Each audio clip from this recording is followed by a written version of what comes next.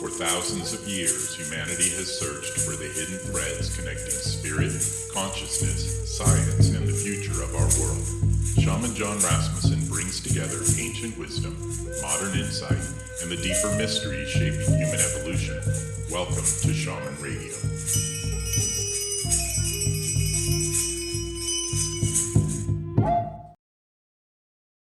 Hi, this is John Rasmussen, and we are back for part 2 with my good friend and colleague, Chandra Sun Eagle.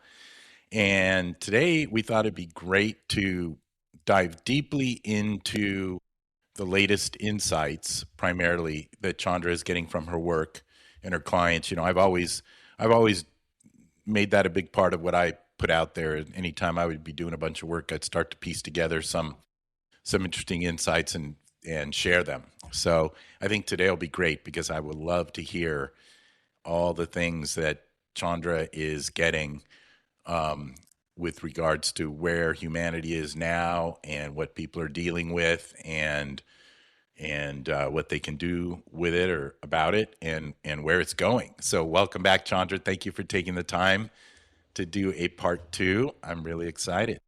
Thank you, John. Great to be back. Great to see you and dive into this conversation and see what comes through. And yeah, thank you so much.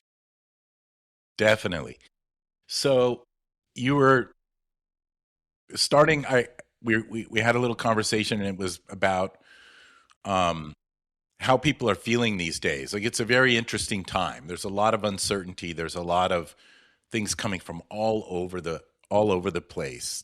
Can you expand on that for us and tell us what it is people are experiencing and you know what we can do to help them?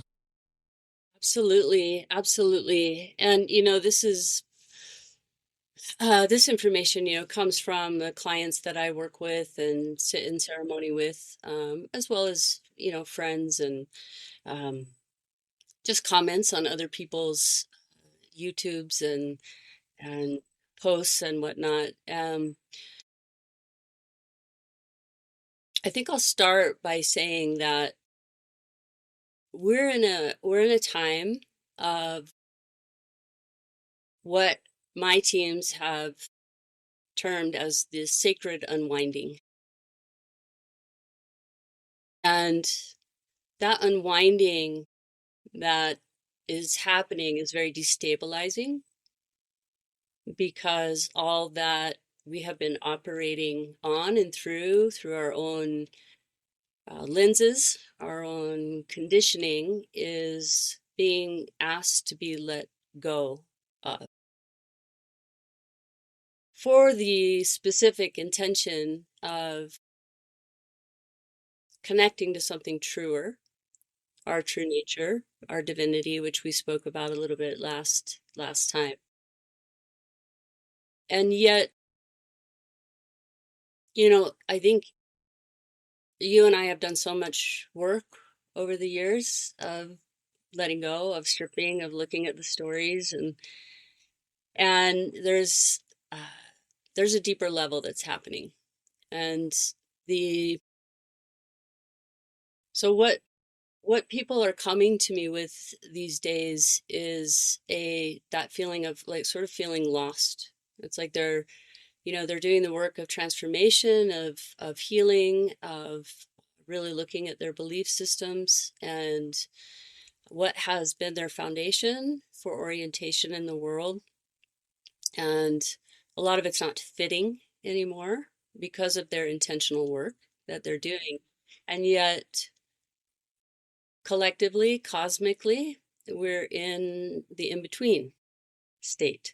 And that's incredibly uncomfortable for the ego, I would say, and for the mind. And our tendency is, we want to understand what's happening. And there's, rightfully so. It's like if we understand what's happening and we feel that we can work with and navigate a little easier, or at least know where to put our attention and our focus.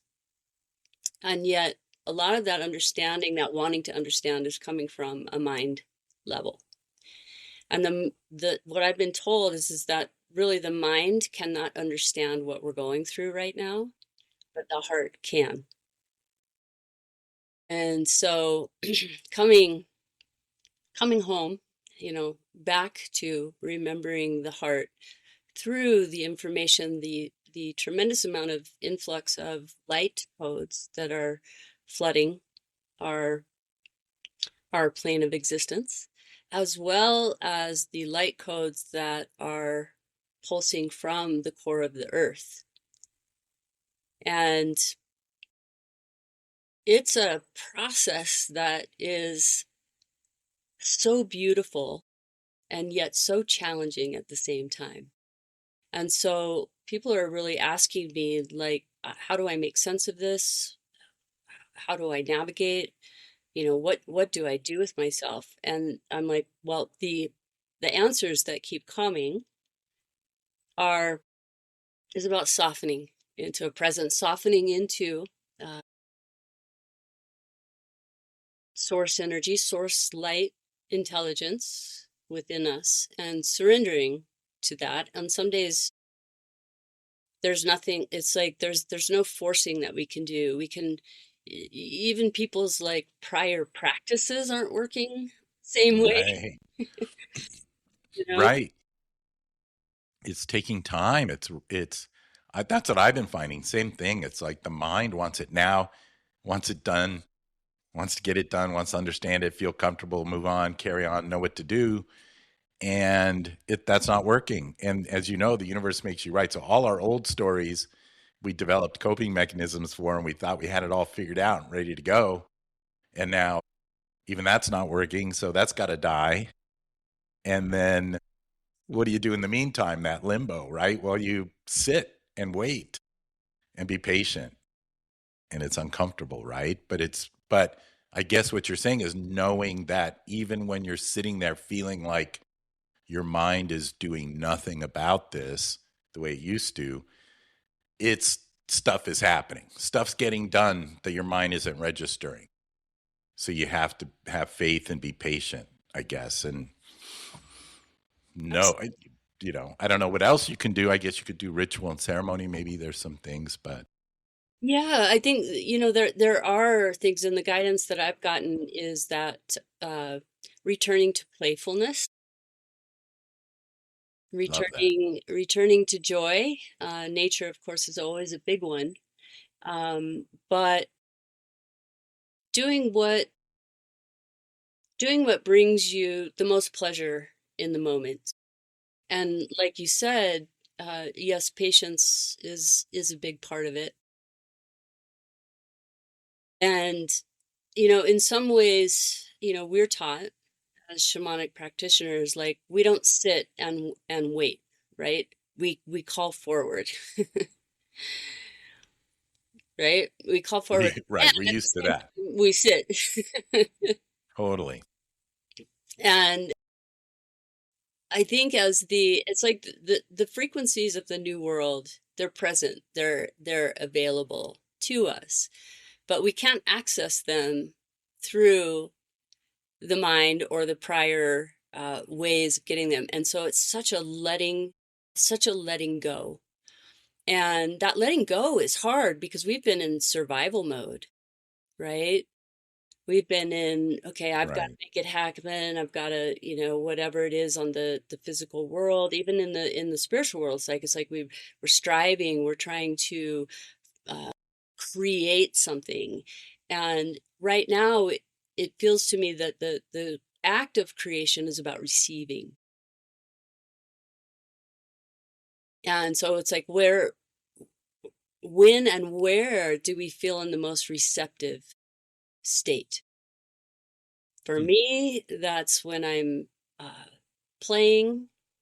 That's when I am in connection with friends. I'm in connection with animals. And it's like, okay, everything is okay. So it's just trusting that there's so much happening, and we may not fully be able to bring a language to it or a mental picture of what it's going to look like. And that's the other sort of trap of the mind. Like we want to know all the steps. We want to know what's going to happen. Then we'll feel safe. then we'll be able to relax. And that's just not, that's not what is being supported right now. So I think the guidance that I've been sharing with people is that during this time of what we call the sacred unwinding, personal, cultural, collective stories and beliefs that have kept us looping and recreating the same thing, is that when something comes up, is to understand that and to know that your high self knows exactly when you're ready for the next layer or the residue that's deep down in one of those old trenches is ready to come up, and you're ready to handle it. The What clogs that process up, and I've been through it, is when something of the past comes up, gets triggered, is the mind wants to jump in, or these stories start to reel, they just start to go. And the guidance that I got was that in order for this clearing of what information has gotten compacted within our fields, within our tissue, within our memories, we have to become the sacred witness. We have to become a compassionate, neutral witness to it. And so, what does that mean? And specifically, when I asked that question, what it meant was be aware of the sensations, the energy that is rising, that is running through your body, what it's doing to the heart rate, what it's, because the mind immediately is like, its job is to protect us, right? It wants to come in and like sort it out, figure it out, tackle it. And so many of us know the stories, right? We've gone into it in such depth. And when the mind kicks in like that, we're no longer in a witness state of just the energetics of what wants to leave, what wants to heal and clear. We kind of jam that process up. So as much as possible to witness from a compassionate, neutral place, and just noticing literally the sensations that are arising in the body, not trying to fix it, not trying to change it, but just allowing it and knowing that it's temporary. And the more that we are maybe go into a victim state of like, oh, this again, or oh, I thought I was through this, or it's like the minute that we do that again, we stop the releasing. And I think that the other thing that's coming up for people is the hardest thing to do is actually to let go of that which wants to leave. That's interesting. Yeah. Like you said, it's kind of the survival thing, right? If you've been in a tent in the Arctic and there's a polar bear coming around every night, you got your club and you're in that mode and you got everything figured out. You know when it comes, you know what to do. And then all of a sudden it's gone. It stops coming and it's time to go out and get some sun and do some other things. You got to like put the club down. You got to like let go of the old coping mechanisms, right? And the old ways of thinking, and put the cart before the horse, put the feelings before the reality, right? Yeah. And I think that the other aspect of these processes is that it's showing us another level of where maybe we thought we weren't trying to control anything, or that we're not a controlling person. And yet it's sort of a natural defense mechanism to want to control that process. And so being very aware of one's own tendencies to want to control a, a situation or an internal process that's incredibly uncomfortable. And maybe we feel like we're getting tossed around by the ocean or by a hurricane or getting eaten by a polar bear or threatened by one, that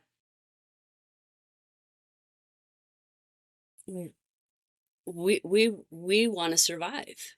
And that's a natural human instinct, but that has been overused, might we say. And this whole process that creation is working through us wants to uncover, but reveal to us something so deep inside of us that we haven't touched for, I don't know, ever in humanity's existence. Mm. And that energy is what we might call kind of fifth dimensional energies, frequencies of no stress, this sense of like everything is okay. I can play with life. I can play in this game of life. I can co-participate without so much attachment to needing to know the outcome, needing to know, um, am I going to be okay? So it's really the shift from survival to thriving and living. And that's an intense process, and it's multi-layered. It really is, right? I mean, I noticed this too working with my clients and personally. It's like if you want something new, if you want to change your experiences, whether it's around relationship or health or work or resources, really any part of life, you have to be willing to let go of all the hard work your mind has done to understand and figure out what was going on before. Because if you want it to change, it's going to be all new and it's new stories, and it might not need as much figuring out or as much, effort from the mind and more, hey, this is what I wanted. Isn't this, what I wanted is to not be in survival mode, to not have to figure everything out. Didn't I want just love and joy and play and abundance? And you got to let that die. And that's even in and of itself kind of a grieving process, right? Of letting go of the old survival tactics of years gone by. Yeah, absolutely. And all of what you just spoke to has become, our identity, right? And what really is being asked of us right now is, can we identify more with the eternal source intelligence within us? How do we get there? How do we find that? How do we attune to it? And I think for everyone, it's a little bit different, and depending on the stage of evolution and where they're at on their soul's journey, it's going to be a little bit look a little bit differently. But this eternal nature, it's like, as a soul, nothing can kill that. And so it's Right. You're gonna you're gonna be living somewhere somehow, yes, uh, you know, that you're gonna have to get used to eventually. absolutely.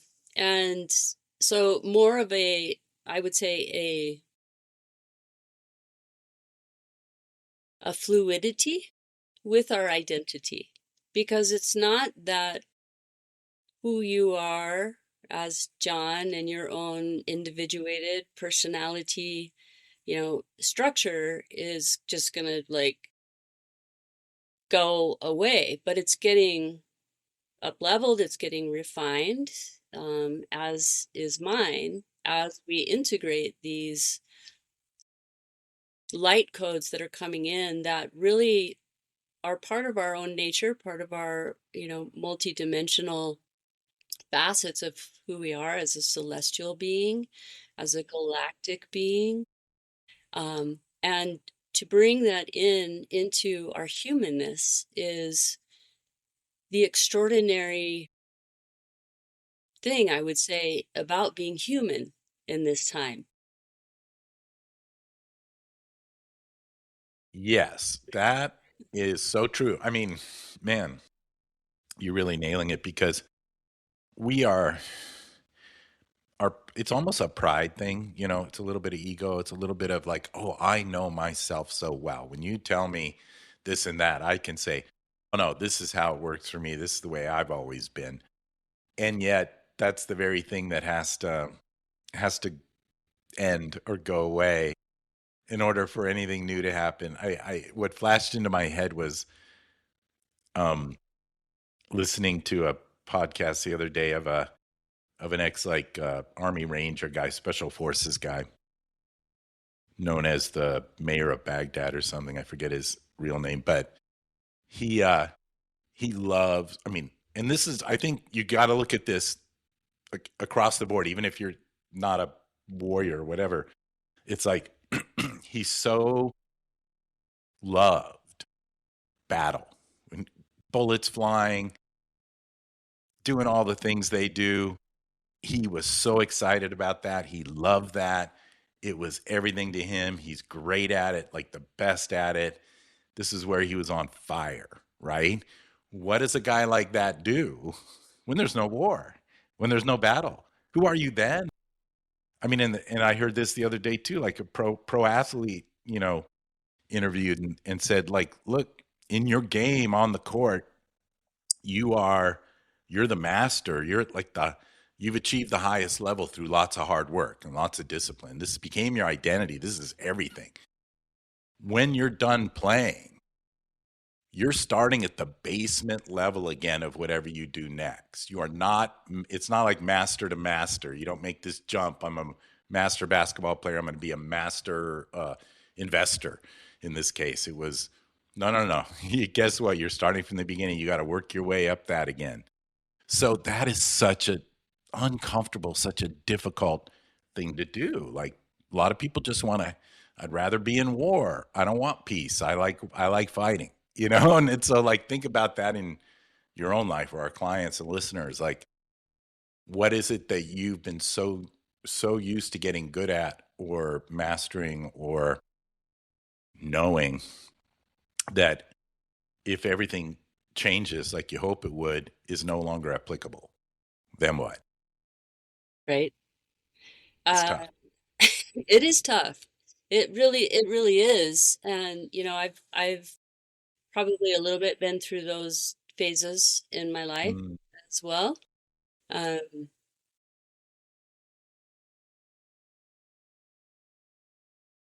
and it's like, if you try to keep what brought the fire, the knowing, the feeling of like I've got this, what made you feel alive, you can try to continue to bring that and maybe even bring it into the new area of your life, but you'll quickly find that it's kind of a futile effort. And so can we adopt the innocence, the playfulness, the beginner mind and get excited about, okay, like learning something new, which is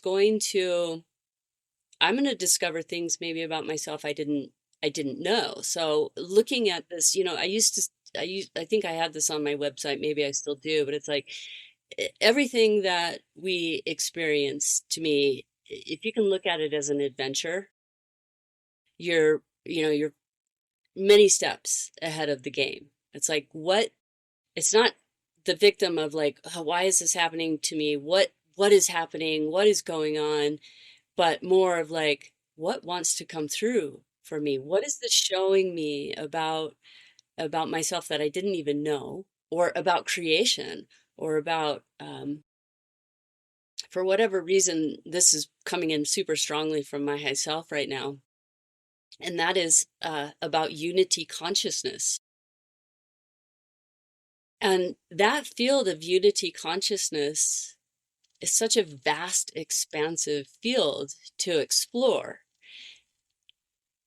And it brings me back a little bit to our first question about what people are experiencing right now with sort of this sacred unwinding and the stripping, and feeling a little bit lost is, I just lost my train of thought.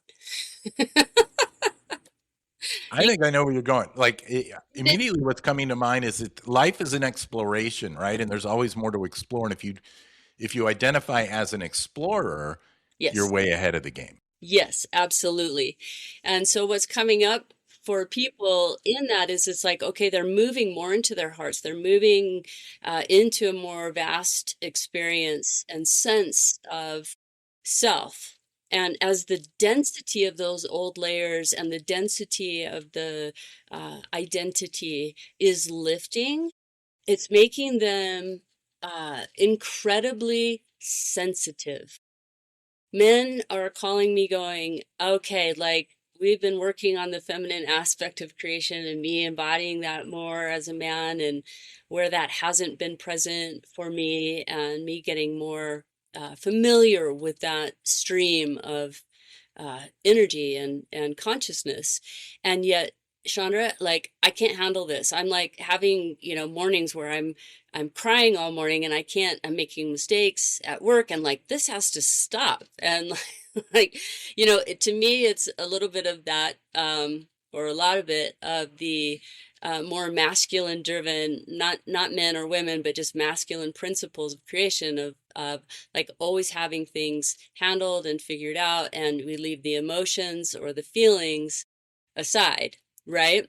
And so as they're intentfully and consciously saying, yes, I know that the way that I've been operating is it's not necessarily fitting with where I'm going, and wanting to move more into my spiritual essence and a deeper connection. And I feel that love wanting to come through, and I want to be more of that compassionate person. And yet with all of those layers and that density and those protections and those lifting, that it's like their field is porous, and they're like going to the grocery store and seeing, a mom with several kids on food stamps, and they start crying, and they're like, I can't walk around the world like this, Chandra. And I'm like, well, it's an opening, and it's a necessary part of the process of becoming that much more sensitive. And it won't stay that way all the time, but I think as the density is lifting and we're becoming that much more maybe empathic, telepathic, sensitive to uh what's going on in the world, the suffering, we have to have practices where we're able to cocoon and sort of seal up our energy as well, because no, we can't like walk around just feeling everything all the time. We're just going to be in complete overwhelm. And I don't know that that serves, but my encouragement always is for people that maybe have not been as sensitive, and not feeling, to like let it flow, but talk to your high self, talk to your guides, have your practices where you go back into your cocoon, and bring that light in, seal it up, not with protection, not with defenses, not with, oh, I can't do that. I mean, there's still certain things that are very difficult for me to watch. Like I can watch a little bit of it, but not too much. And Yes. I think there's people on the planet. We're all made so differently. And one of my teachers was like, Chandra, you have to look at some of this stuff, because when you do, you're actually bringing light to it. You're bringing awareness. But you also have to pace yourself. You have to know yourself. You can't be in denial or put the blinders on, but you also have to know what your capacity is for certain things. And for Yeah, I'm a yeah, big go ahead. fan of that. The entirety of the human experience, I think is always valuable, at least especially for people like us who work with a lot of different clients to have some experience of. So look at everything kind of a thing.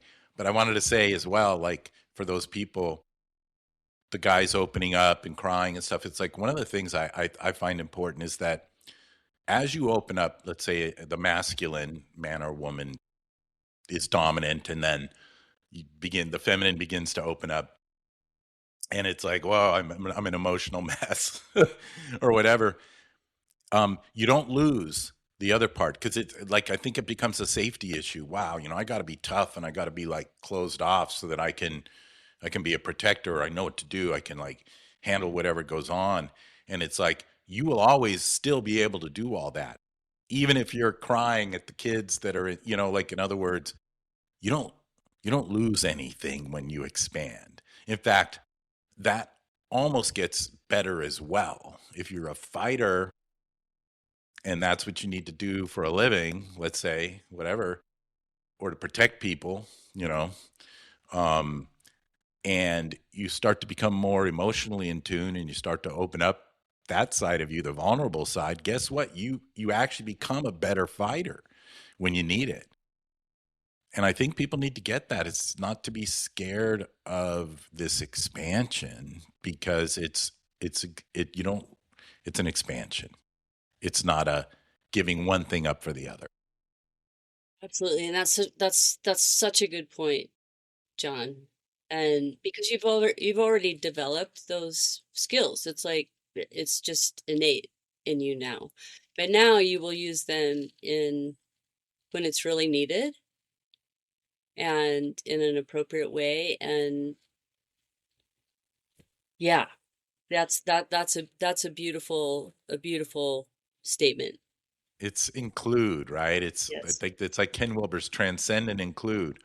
Go ahead and move beyond where you were, but you get to keep it. You get to include it in your whole package of who you are. You don't need to get rid of stuff. You just need to keep expanding.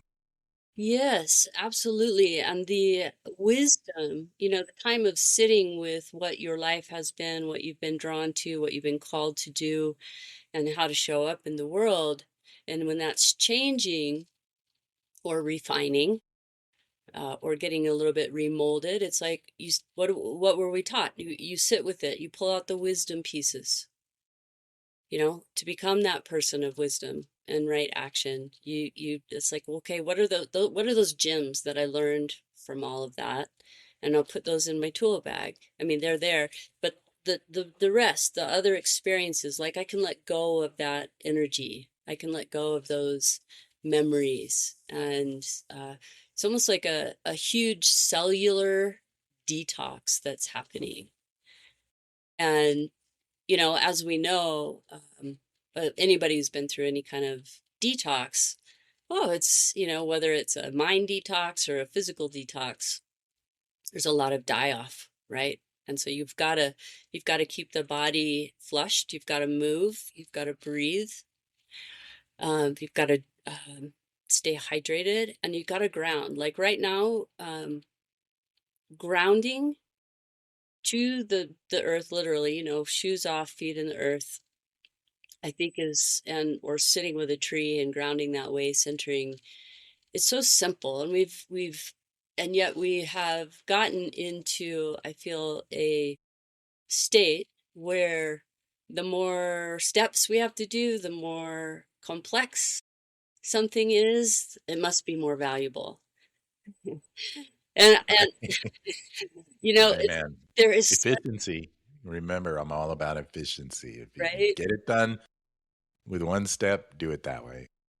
Yes, and simplifying, like slowing everything down, pausing in the day. And there's so much I think going back a little bit to our own capacity, our own sensitivity to certain things that are happening in the world is there's so much noise. And when we start looking at all of it, the war, the inflation, the data centers that are going up, that's very concerning for me. um, I am not obviously anti-technology, but the right use of it, like all of those things, can become so incredibly distracting from what truly, purely is wanting our attention. And that's source, that's God, that's that spark within us that is getting illuminated, is getting pulsed from the earth.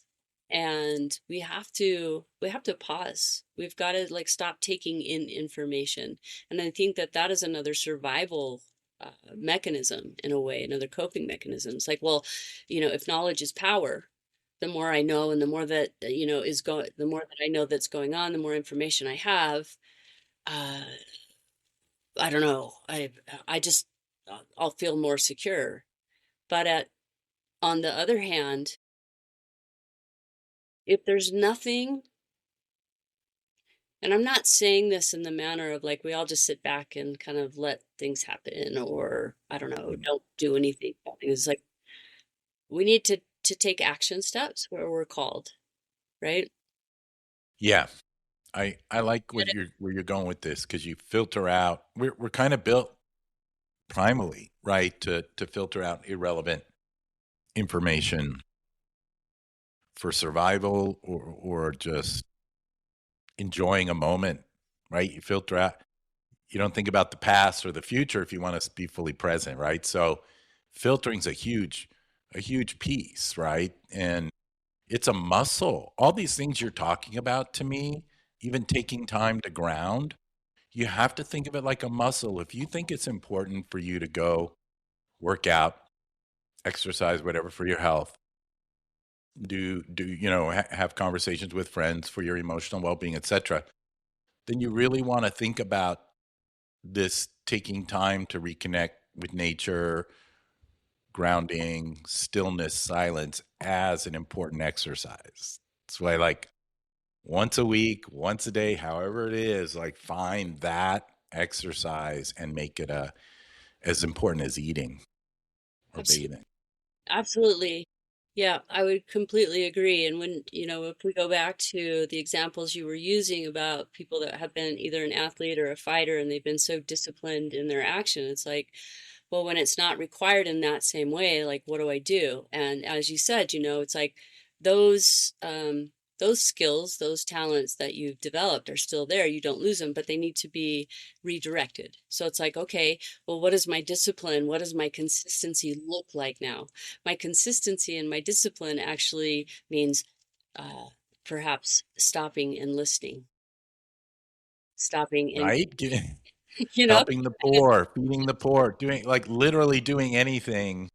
Like, honestly, this is what I've always appreciated about spiritual traditions, whether it was the yogic traditions or now in my case, like the Catholic Church, whatever, where you feel a little bit of an obligation, like, hey, you're supposed to come do this once a week. And if you don't, like, obligation. there's some price to pay. It's like that's not really true, but we need that. Like, it's like, hey, if I don't exercise for 3 weeks, I mean, that's not good. Like, I'm going to pay a price. No one's going to exact it onto me. Nobody's punishing me for it. So I like these traditions that say, hey, you got to come do this. Otherwise, whatever. And so you do. You go, okay, I got to go do this. What I do every Sunday is what I do every morning at 6 o'clock, whatever the case may be. And you got to create a reason for it in any way you can, because it's a muscle. You got to keep it. You got to keep it exercised, Absolutely. Yeah, totally, and totally. that could be going out in nature. I mean, it's the same thing. Like, if it's like, hey, I go for a walk in nature. I sit by a tree, my favorite tree. I sit on a rock. I do whatever I do. That's wonderful. You better make yourself do that at least once a week or every day. You know what I mean? Like, it's not just, oh, whenever. It's still important to make it kind of a discipline in a way, right? Like, it's the muscle building piece of your soul. 100%, 100%. So yeah, those practices, those disciplines, the consistency. I think discipline's a great word. I grew up in a pretty disciplined household, um, and that established I think, a great sense of work ethic in me. But we also had we were very involved we were in nature a lot. Um, Involved in sports and all of that brought in a lot of discipline. So what I've done is, from my past, is I've brought in and continued to weave into more of my uh, spiritual practice. and just life balance practices, all those things that were instilled in me as a kid, because yes, they became such a foundational practice. And yes, I had to strip away some of the beliefs that came with that, or the self-agreements or contracts, um, and creativity being a big one. And I feel that right now is a kind of a big arrow pointing for people. It's like, where can you get um, into that space of creativity where you lose sense of time, the mind isn't involved, and the soul gets to come online, the inner child gets to come online, you get to play, and you just get to be enveloped in this no time space of creativity. So that's another suggestion, I think, for people. And I don't know, I don't know if I was taught it, but somewhere it was like I thought creativity had to have a function, because I was such a functional person in sports and studies and all of that. And so my challenge has been, it's like, can I just be um, creative without it needing to become something that is then, I don't know, useful or functional. Um, and just let Yeah.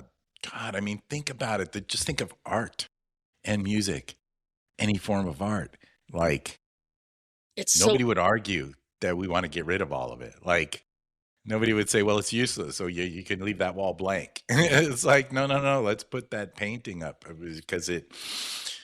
So yes, I'm right with you on that. Like there's a certain part of us that feels we need to be productive mm, and no, it's even surfing, like you and I both surf, right? You surf a lot more than I have probably. But you go, there's something about that feeling, what it does for you when the power of the ocean is moving you the way it does, and something's way bigger than you, but you can harness it if you're clever and you're in good enough shape. And that's a good example of, if hey, I'm not just out there doing it because I'm a bum and it's fun and I don't want to do anything else because I just love the high of surfing. It's like you go out there because if you don't go out every few days, the next time you go out, you're not going to be able to paddle out. You're going to be exhausted. Your muscles won't work. You'll get injured. It'll be so. It's like people need to understand. It doesn't matter what you're doing and why. It's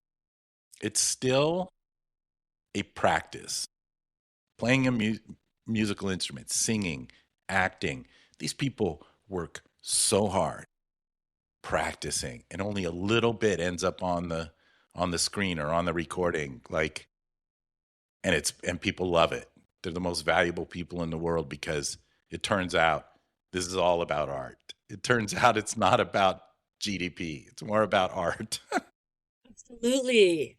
And that reminds me of some years ago when I had just moved to Kauai, and there was a series of visitations from archangels and ancient Lemurians, and they were showing there was a few very significant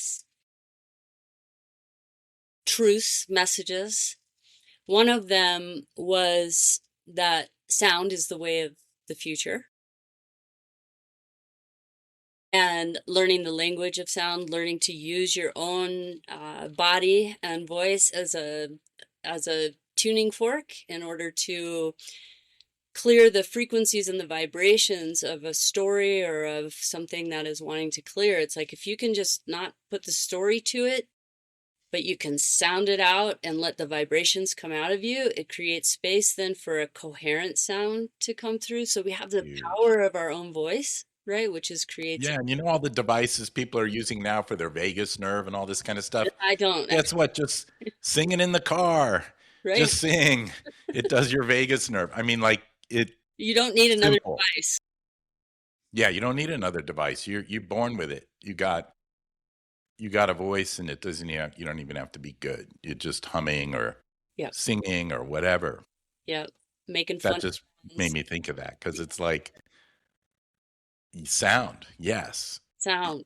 In the beginning was the word, whatever. Creation created through vibration, through frequency, through word. Manifestation happens through frequency, through vibration, through sound. I mean, And on and on and on. that's the core of who we are and what we are, right? If the universe is Everything, energy, sound, and frequency, if you want to know yourself, everything. like you got to go into those realms. So being playful Yeah, with that.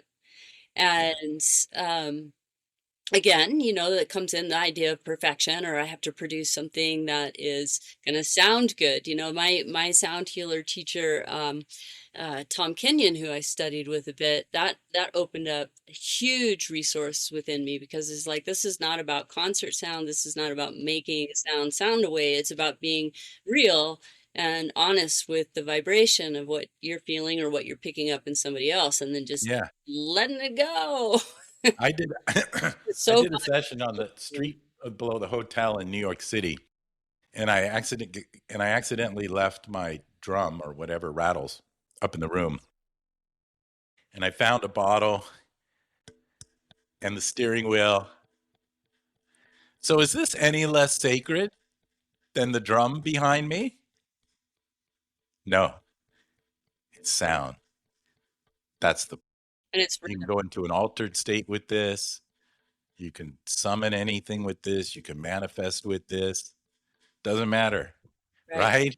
Yeah, I mean, I love doesn't that. have to be perfect. That Make sound. I love that story.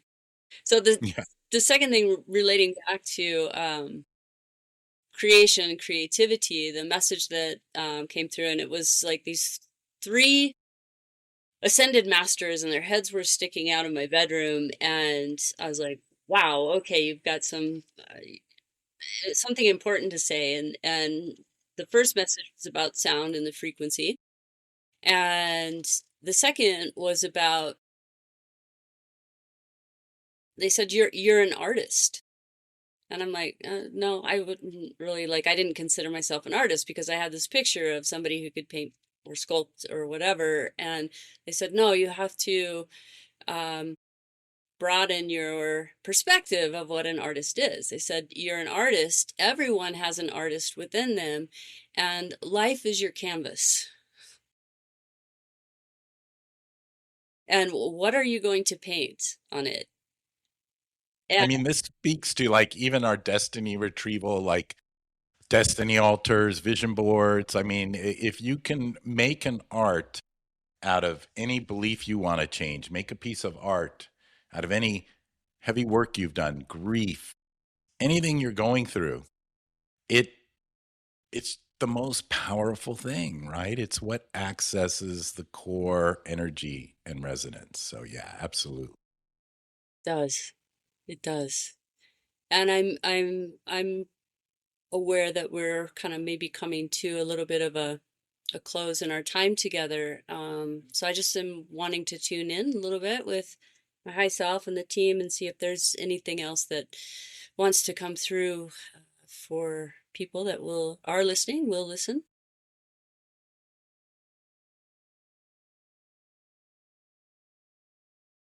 This is beautiful, because what's coming through is to know that each of us, every one of us, is so loved and so looked after and so cared for, that if we have fears arising, if we have disorientation, it's like, can we relax into these hands of, whether it's our angels or our spirit guides or our power animals? Like, we're all so loved and cared for. And I think for people to know that, because not everyone knows that, not everyone feels that, not everyone has had that experience, and that's what they're bringing through right now. Can you can you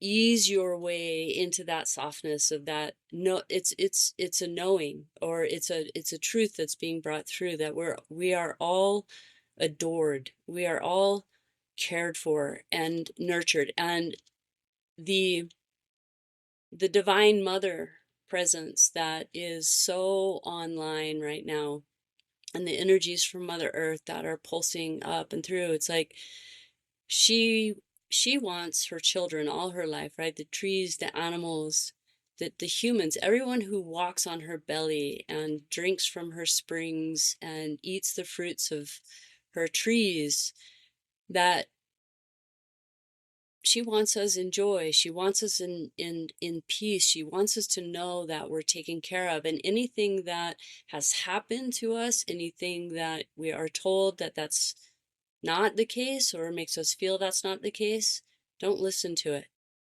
Tap in with the earth, lay on your belly, breathe with her, get into the waters and feel how much those spirits of the water are nurturing and cleansing you. And to know that what is happening right now on the earth, even the chaos, even the uh, dismantling, it's all very intentful. It's all for a reason. It's not random. It's not, um, yeah, it's all for a reason. And the stripping away, that sacred unwinding,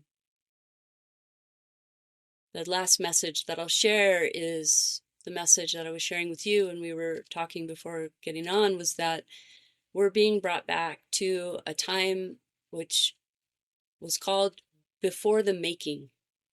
It's like we're being taken back into the womb of creation so that we can stop looping through the old karmic cycles, the old family cycles, and we can be, rebirthed. And with that being said, it's like the it's almost like what was trapped inside is inverting. Timelines are reversing so that they can be cleared. Those timelines of our stories, of all of the events, of individually, collectively, and to not be afraid. It's all very intentful, and that we're all held. That's an amazing message and beautiful. So important. Thank you. It's true. I think one of the challenges when you talk about remembering that you're loved, right? This is obviously a big like Christian theme. Jesus loves you. Like it's so hard for people to conceptualize that, or that the earth loves you, or that the sun loves you, or that the animals love you, or that anyone loves you. And because we mostly think about how we failed and how we've not earned that or not deserved that for whatever reason. And that's what the only thing that really gets in the way of that, being able to feel that, is but I this or I that. So sometimes, I tell people, because I had a dream that helped me with this. I was screaming in my dream in agony about my life situation and the mistakes I'd made and all my regrets. And in my dream, all of a sudden, I popped out of my body, was looking at myself, screaming, put my hands on the side of my cheeks and said, "I love you."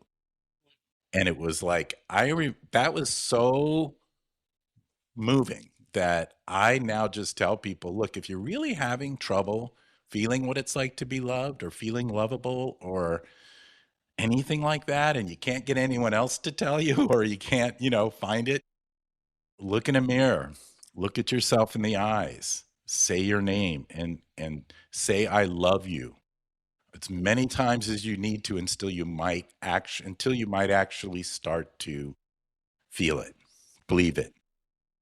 That's just one method. I'm sure there's many That's others. beautiful. That's Louise Hay's work, Ah, great. very Cool. much that you're tapping into. Yeah, so that self-love, all right, accepting all parts of ourselves, forgiving ourselves.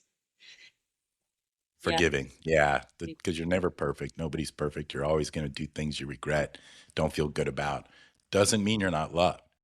People who've had death experiences and like see someone like Jesus will tell you this. They know it because Jesus goes, "I love you anyway," and they're like, "Ah," you're big tough guys or whatever, and they're breaking down, going, I never realized that." But it's true.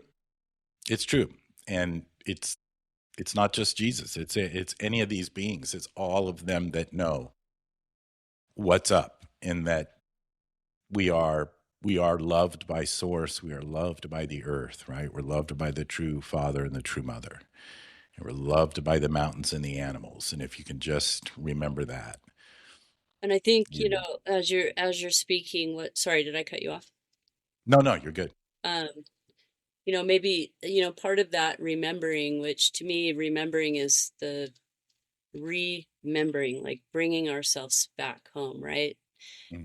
And reconnecting or reclaiming our membership to the land, to the earth. But Yeah.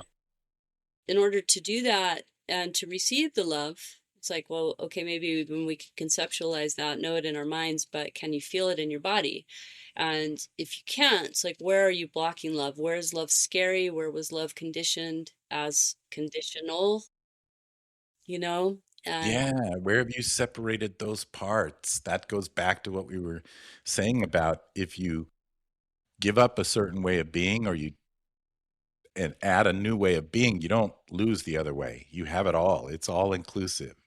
So even if you did something bad, the good is still there. yes, absolutely. Remembering, Yeah. bringing all the members back. Full retrieval. Yeah, good stuff. Yeah. I think this is great. Thank you, Chandra. I really appreciate you taking the time to do a part two here, and I think it was really, really good stuff. And I hope people get a lot out of this. And again, look you up and on your links and stuff. They want to do some work and participate in your programs. I highly recommend it. So Thank you, John. Thank you. yeah. Yeah, and I appreciate you having me on, and it's been great to reconnect after all these years, and um, Hmm. yeah, be offering this conversation to people.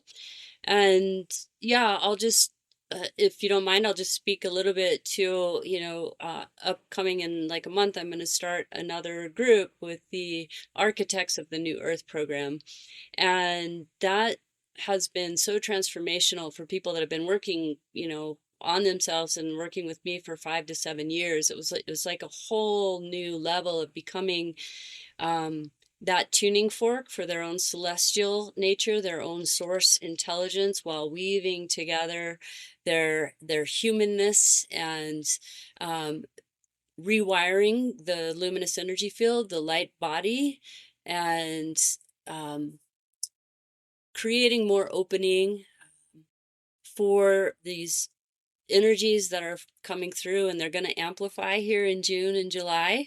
And not to be afraid, because I know we've all been through a lot. I feel like we've been through the washing machine and then spit out and put back in. But and I think everyone obviously will experience these energies, these frequencies that are coming through in their own individual way, depending on where they're at on their journey. But the more that you can prepare yourself to open and receive this love, this divine feminine energy of nurturance and coherence, the more that you can prepare yourself this month and towards the end of June and into July, it's like it's a little bit hard to describe the energies that I sense are coming, but it's like I don't know, bliss, delightfulness.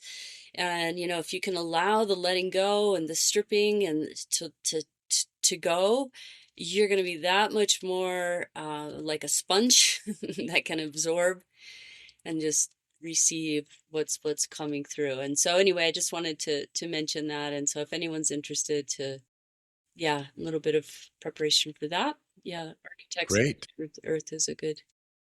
Good. Thank you so much. That's Yeah. great. Yeah, people will find you on your website on that link, right? So good. Thank you, John. Awesome. All right. Thank you. Ciao. Aho. Oh.